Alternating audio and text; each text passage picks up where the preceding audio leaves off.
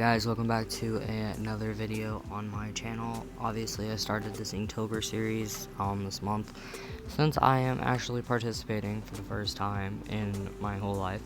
And I left a poll on my Instagram, and you guys said that you wanted me to start voicing my videos over and talk you through my process of each piece. So this is the first one out of the whole series that I'm actually talking over. I do believe that this was day 9 and the prompt was swing.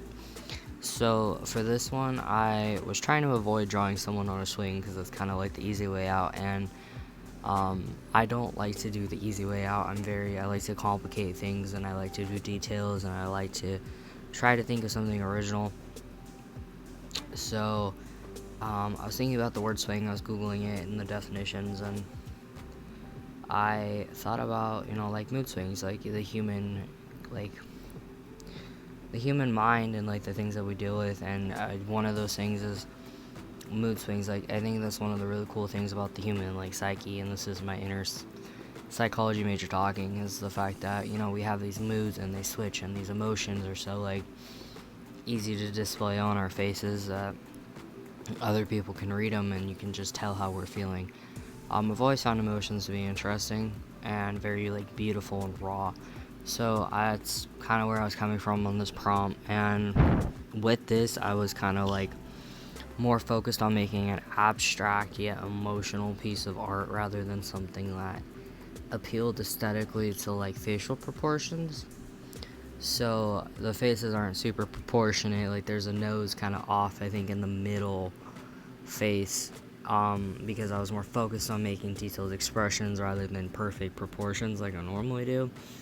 But I really worked in those details on all the faces because I wanted to create a piece that was emotional and uncomfortable, and it just reflected all the emotions we deal with on a daily basis, because we're humans and we're complicated, and I like that complication. Me personally, I think that's what's so beautiful about us, as we all have the ability to think and feel so deeply.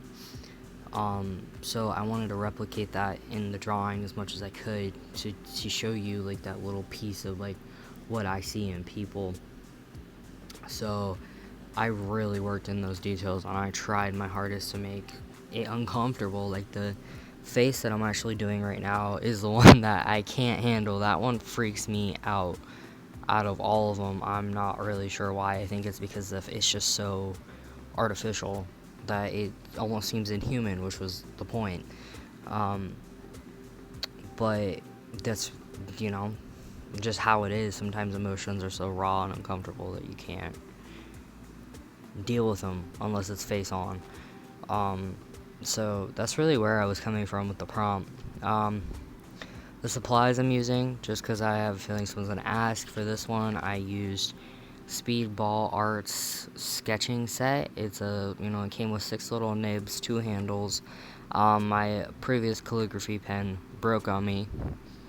The nib kind of snapped where the ink wells up, and I just went to Michael's trying to find something to use, and so far it's been doing me a really good job, because I don't even know if that was English.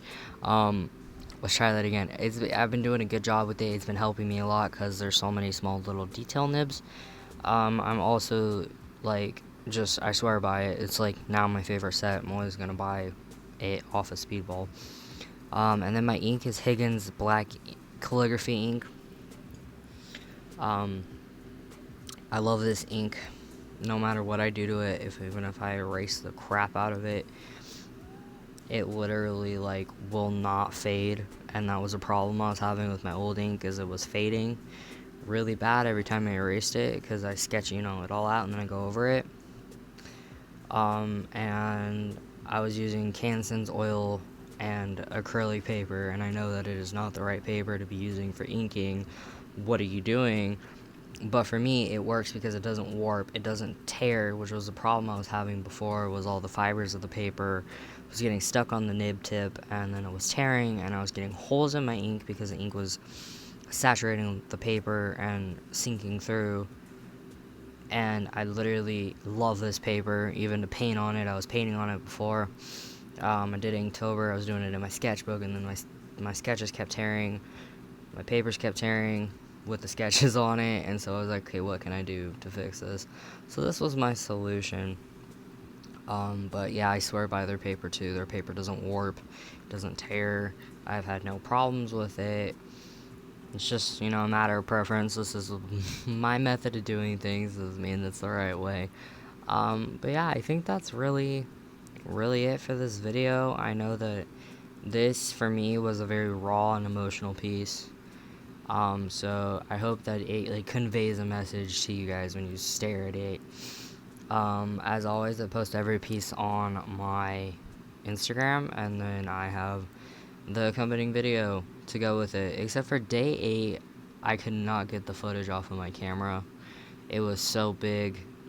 So I'm missing day 3, 7, and 8. But other than that, as long as I'm doing the prompts, I should have videos up. I did day 8, but that picture's up on Instagram, but the video stuff didn't work out.